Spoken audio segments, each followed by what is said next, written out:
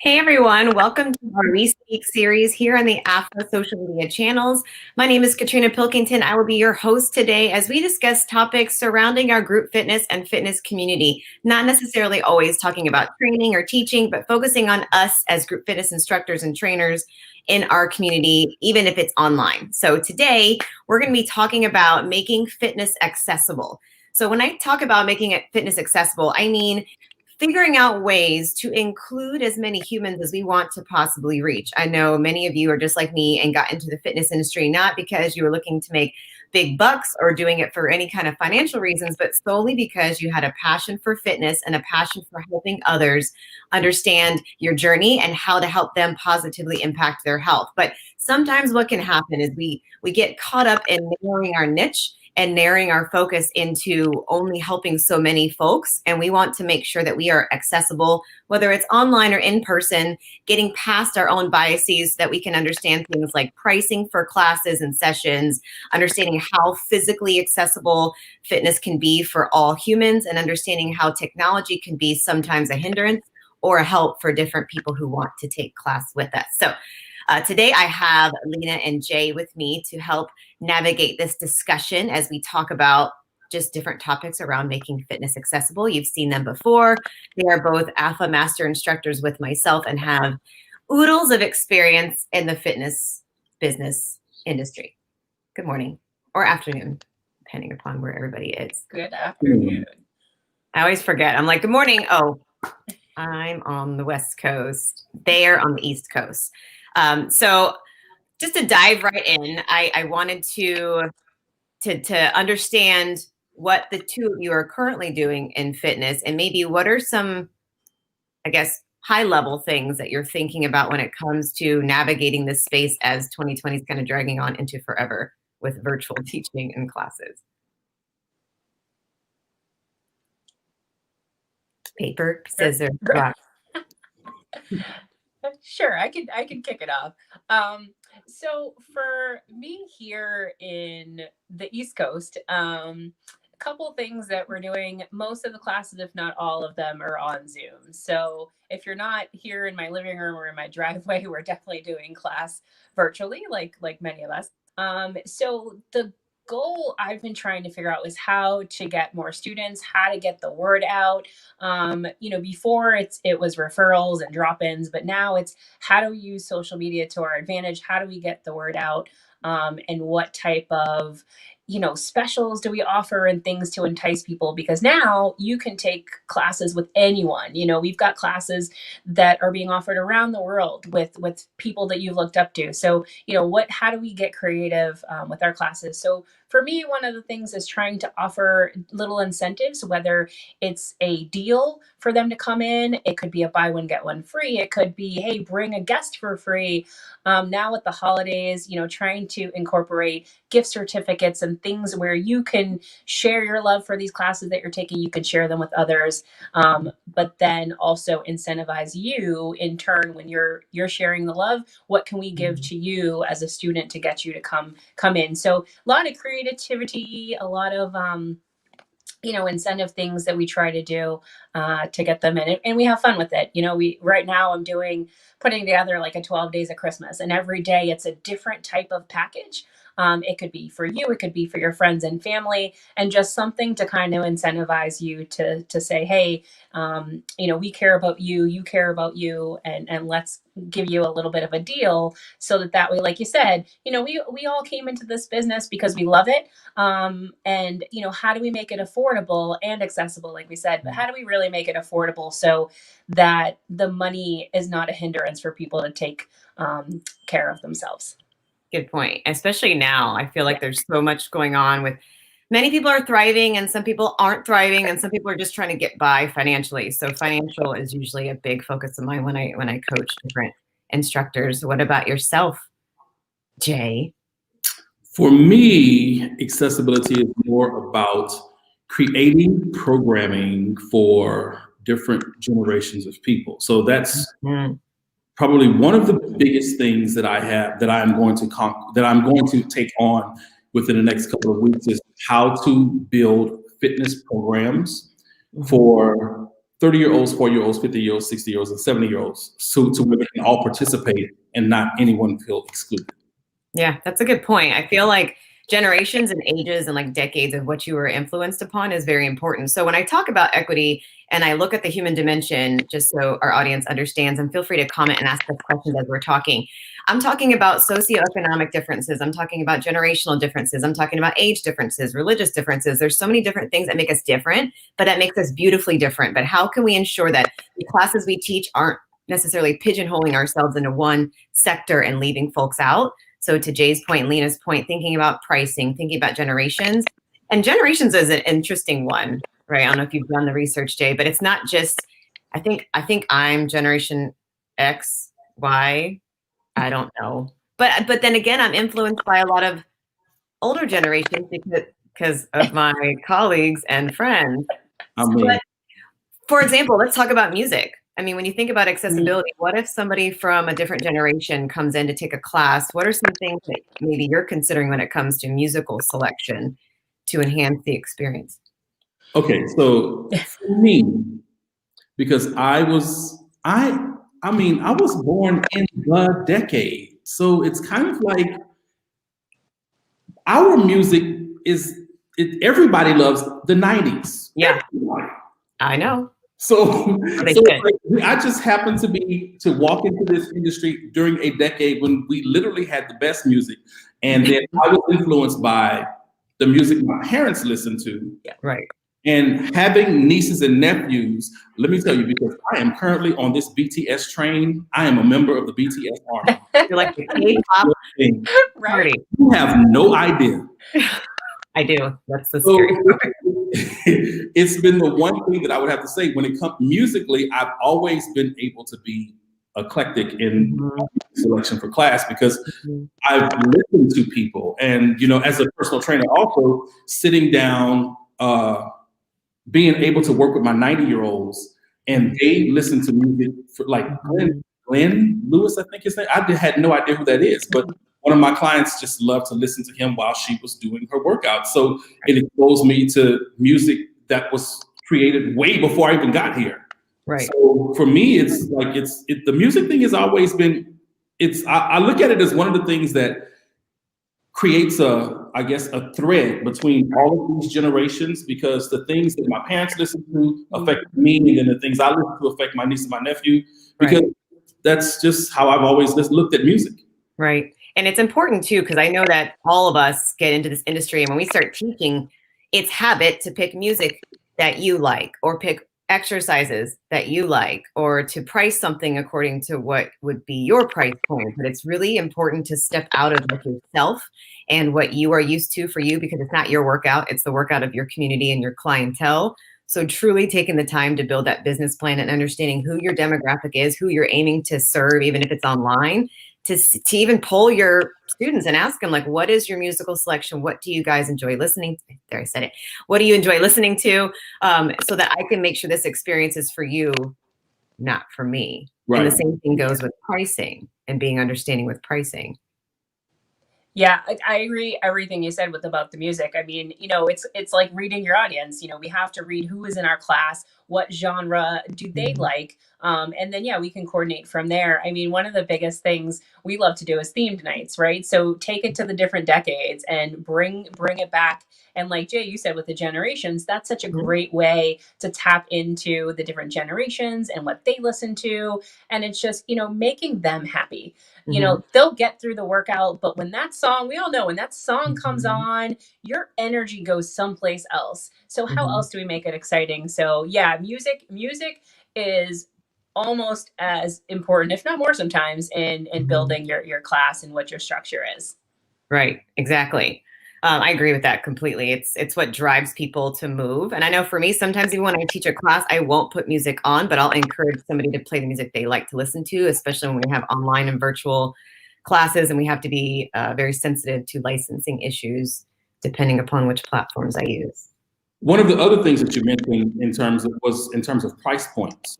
And I can tell you that for most of my fitness career, I've always made a decision to do something for free. Yep. Because I always felt like Yeah, it's, what I do is not accessible to everybody. So I have the things or my toolbox of things that I get paid compensated for as a personal trainer or as a group fitness instructor. But then I feel like it's kind of like in the medical profession when you have to do pro bono work. Right. It's like I feel like there's a certain amount of what I do because it is health related. I need to go out and do my pro bono work. I need to go out and do a weekend boot camp at the park that's free, that people don't have to pay for, or sponsor a walk, or sponsor, because I always felt like that's part of. I mean, for me, being blessed enough to be in this industry and to have had so much fun, as much fun as I've had in the industry, I think that's just my way of always being able to give back. Right. It's kind of like, even I was thinking about like a realtor. My husband and I were talking about when you're a realtor and you have to go do all these showings, you don't get paid per hour to go show a house. You get paid based on your experience, the conversation, making sure to find what house fits your customers' needs. And it's kind of the same thing with teaching. You have to give something sometimes for free so people can get a feel for who you are, understand who you are, or even on social media, like sharing little clips and tidbits of your classes so people can get a feel for, is that for me? Am I going to fit in? Is that something that I'm about? Versus expecting every single thing you do to come with a price point. And to go along with that, something that I've started doing, because I do nutrition coaching as well, is encouraging people to understand a sliding scale pricing option. So I have like a sliding scale that I offer so that I have different price points. But if you have some kind of situation financially and you need to speak with me and you can do what you can, that's another option. And then I was also looking at another option with classes where people can pay a class forward. So they can pay for 2 classes. And let's just say somebody else can't afford it. I don't know what you guys think about those types of things. Absolutely, because I can tell you as a personal trainer, what I used to do is there was a sliding scale because there was a certain rate that a person had to pay if they wanted to train from 5 o'clock in the morning to 9 o'clock in the morning. And there was a different rate from 9 o'clock to 5 o'clock. Then there's another rate from 5 p.m. to 9 p.m. And then there was a sliding scale of, okay, so if you want to access the 2-hour window that you can cancel your appointment because life happens, you can pay this much. If you pay this much, you have a 24-hour. So that way it allowed people to kind of like pick where they wanted to be and what they could actually afford. And it kind of instilled a little more commitment in terms of what they knew they had to get in order to be a client of mine. Right. I like that. And I like what Lena mentioned in the last conversation we had, as far as, let's just say you do one particular Zoom or whatever type of workout you're doing, and you say, okay, everybody who's my paid participant, you can invite one friend, family member, fellow human for free, and allow that one other person to come in and sample our class so that they feel included. Right. And, I the thing with that idea is that we're not brick and mortar anymore. So back then we could always say, hey, your first class is free. So they can come in and they can experience it. So it's that same type of concept. Like how do we get new people in? So I love the idea of free things because I'm one of those, I want to try before I buy and make sure like this is an investment in us.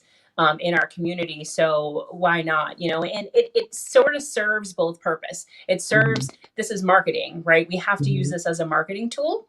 And then it also serves as those that, hey, you know what? I've really missed taking your class. I can't afford it right now. I'd love to pop in whenever you do these. So I do have a fairly high group of people that sometimes they come in when it's free, and that's okay because I'm happy to see them no matter what. So I feel like it's a little bit of a double edge, right? We're using it from a marketing standpoint and we're using it for helping those folks who, hey, maybe times are a little hard right now and I'm going to try to look for a free class. Yeah. And we've talked about this as well. Another option with pricing, since we're on this topic, is donations only. Folks might be super nervous and say, oh, I don't know if I want to do that because I'm used to getting paid $50 per class, but you never know. Yes. A lot of people have been more fruitful by being more equitable and allowing everybody in their class to pay what they can, when they can, and it's been more advantageous for everybody. Absolutely. Because I used to, when I ran a boot camp, it was 8 weeks long, and the first day of the last week was always Bring a Friend Day. So basically what would happen is like I would have 50 people at boot camp. Each person brings a friend on the last week, and that's 100 people. And then the next time enrollment happens, I got 75 people instead of the 50 people I had. But I think one thing that I learned from a friend of mine, Lauren Patterson, she owns this company called Boot Camp Challenge. And her tagline is invest in yourself. Mm-hmm. And I think giving people opportunities to come to classes for free or to take small bites of classes for free gets people to understand what we really do and what we really are here for. Right. So it allows them to kind of switch their mindset of I have to exercise into, you know what, I actually get to do this. Right. I'm going to pay this money. This is actually like no one else is getting the benefit from doing this except for me. Right. Right. So it's an investment in themselves. Right. And that's what instructors have to remember, is that we're not just in this now for fitness too, with everybody being home, with a lot of social distancing orders now being heightened once again. We can only control the controllable. And one of those things is our movement and our health. And if a group fitness instructor can look and say, okay, I have this impact on my community versus assuming that it's just a workout, to realize that their consumers are investing in their health. And that's a big responsibility. So let's talk about technology. You know, is this something that we feel is a benefit? Because I'm going through some fun challenges right now with my mom and teaching her different things online. But as a 76-year-old woman, she doesn't have the same accessibility as everybody else. So what about some things for group fitness instructors and trainers to consider when it comes to technology accessibility? Mm-hmm. I think a lot of us can speak about this from firsthand experience. Yes. Because we would have never thought we would be thrust into this. No. I think it has, you know, for my niece and my nephew, this is all day. So annoying. From the Talk Tick to the Gram Insta, the whatever they own, and like Talk. And we were just kind of like, what are you doing? Like, why are you always? And then the next thing you know, this whole thing happens, and it's like, we need to learn how to work Zoom. I know. We need to learn how to work. Like, how do you do this? And yeah, I think for me being 46, it's thrust me and all of my age peers into this huge technology, like educational mode, because we've had to learn how to do this. Whereas our children, what do you mean you don't know how to do that? I know. Like, I can change my Zoom background? What? Yeah, right. It's all from the 10-year-old. Yeah. Tyran, what do you mean you don't know how to do that? I know. Yeah. And to your point, like if somebody needs extra time, I'm sure Lena can attest to this when she does her classes, like don't plan your classes to start at the time that your class is supposed to start. Yes. Oh, yes. You know, I gotta say to that whole point is that for me, I'm a corporate trainer by day. So naturally we're doing virtual trainings, and, you know, this project I'm on now, we've had to pivot an entire company to virtual learning, where everyone is out in the field, they're doing things paper-based. And now, you know, talking about different generations and bringing people to virtual, it's a shock. So, you know, looking at training them, I also bring this into my students, because some of these guys are like, I can't figure this out to save my life. But also, you know, even for us, I mean, I have challenges every day, and I do this for a living. You know, it could be my phone, it could be the computer. I'm on a Mac for my personal stuff. I am on a PC for work, you know, so jumping between devices, or if I'm on an iPad, every single device has a challenge. So, you know, you get your students who are like, I can't figure this out. And then you end up being an IT expert to help troubleshoot for them. So that ends up being, okay, I'm going to build in some time before, but before is really for me to prep and get everything together. But I'll sometimes stay on after and say, okay, guys, I'll give you guys some tips and things. What are you on? Here's something for this computer, this phone, you know, but it does end up being quite a bit of just, and I don't know, Jay, you and I have talked about that. What are some tips that you can give your instructors? But it ends up being a lot. And I feel like even over these last 6 months, trying to pivot fitness classes and doing your fitness classes that way, I encounter something different every week, or something new that I'm like, oh, I wish I knew that. Or, you know, your student tells you something. So I feel like even for us, we're constantly learning and trying to evolve with the technology. Even, I mean, I was even thinking a group fitness instructor could say, hey, I'm going to be doing a Zoom how-to on this day.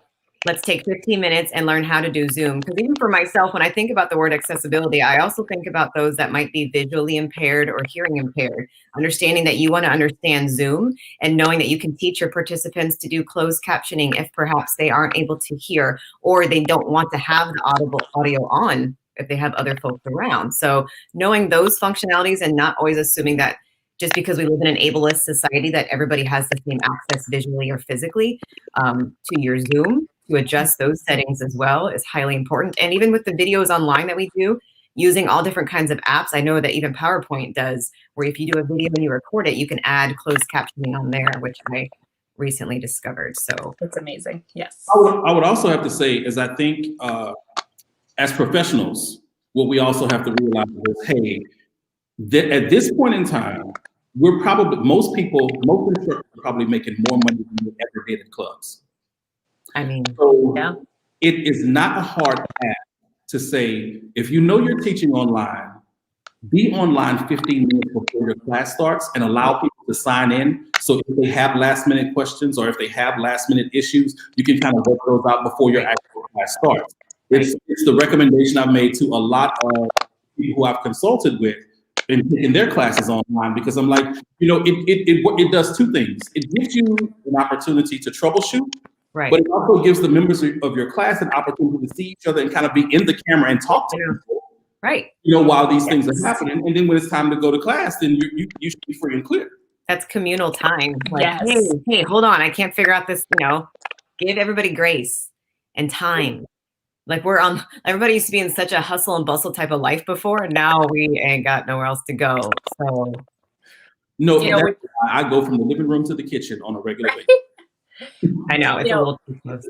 Yeah, Katrina, when you said community time, you hit the nail on the head for me. We have a program we run, a free fitness program we run here in the city with the mayor's office. And what we said this summer was having exactly what Jay mentioned, the 15 minutes before and the 15 minutes after. It gave us that time because normally we are outdoors and in person. So because we couldn't do that and we only see this group once a year for, a few months, this gave us that time to reminisce and see these folks again. So it was really, really pleasant. And that was our big feedback, that we said we still felt like we were with our community. Yeah, like make it just more fun. That is the fact that people start to realize only one person can communicate at a time. Mm-hmm. You have to listen. You have to listen. Like, what? It's not just my show anymore. What's that about? Like, you have to listen and you have to pay attention. So that's important, because I don't want people to get away from the fact that group fitness is about a community aspect, all of us coming together as a unified front, and not necessarily everybody just logging in to take class for 30, 45 minutes and then log out and that's it. But, and with that being said, I also wanted to touch on too, like, what if technologically people don't have access to Zoom? Something I've also done is making sure to have like a workout, like PDF or printout that I could email along with the class, so that if somebody's technology isn't working and they couldn't finish the workout, they don't have to just stop. They can actually finish what I had planned, and it's optional to tap out if you have to leave for your child or for whatever the case may be. Yes. Go ahead. Go ahead, Jay. We definitely use recording. So we record stuff, and even before I had some pre-recorded 30-minute sessions for folks. So if they couldn't make it, or we even had weather issues or technology issues where the internet was out. So if it was something that even on my behalf, and I was able to email them something, as an apology, to just say, hey, do this on your own time. But yeah, we definitely use recordings quite a bit. So that way, if you've got something and you reach out and you say, hey, my kid was sick, I had to go change a diaper, I had to go cook dinner, whatever you had to do, we can work together. And yes, we send them some videos. But I like your idea too, with having a sheet with the workouts. What else can we do to help them in that instance? Yeah. Well, that happened to me. I went to go live and the live didn't work. And so I had to record. And with the recording, I wanted to put the sheet because I didn't want people to feel like they didn't have me to talk to. They had like a step-by-step workout. Well, I'll tell you, because I have an iPhone, like in the Notes app, you can share notes. So you can build a note that's a workout and then tag people in it and they can see it. You can embed photos, you can embed videos in the whole thing. And it's like, that is an awesome way to be able to communicate with people who don't have access to the internet all the time. Right. But to your point too, Jay, like, again, if technology doesn't work out and somebody can't do a Zoom workout, I know we have social distancing practices that I want everybody to still remember to go based on your state protocol, but doing things out at a park or with 6 feet of distance, depending upon weather, and giving those opportunities to those in those areas and situations that might not be able to access your class, that's where you make the most impact on those that can't access you. Let me tell you, they lucky I don't live in a cul-de-sac, because I would be in the middle of the I know. with everybody in their driveway, and we would get this done.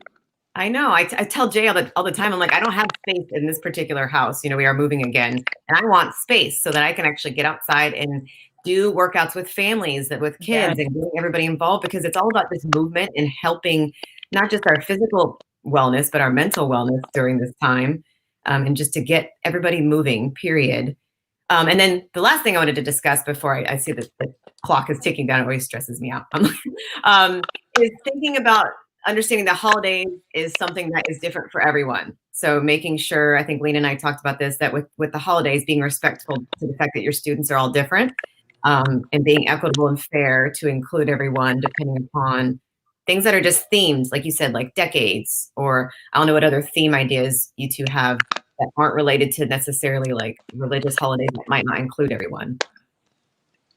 I would think that because the holidays kind of overlap, so you have Kwanzaa happens this particular time, Christmas happens this particular time.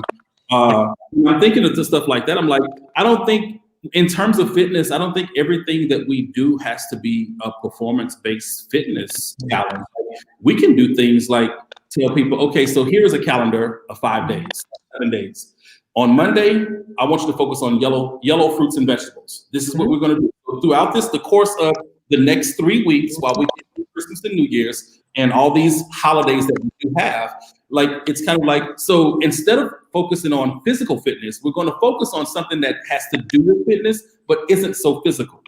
Right. It's not necessarily performative. I love that. I hate things that are just performative. Like I'm telling everybody, don't say like new year, new body, or get your post-quarantine, but no, it's about staying well, staying somewhat sane, and thinking about different food groups with different colors. That's staying within your scope as a fitness professional too. You can do that.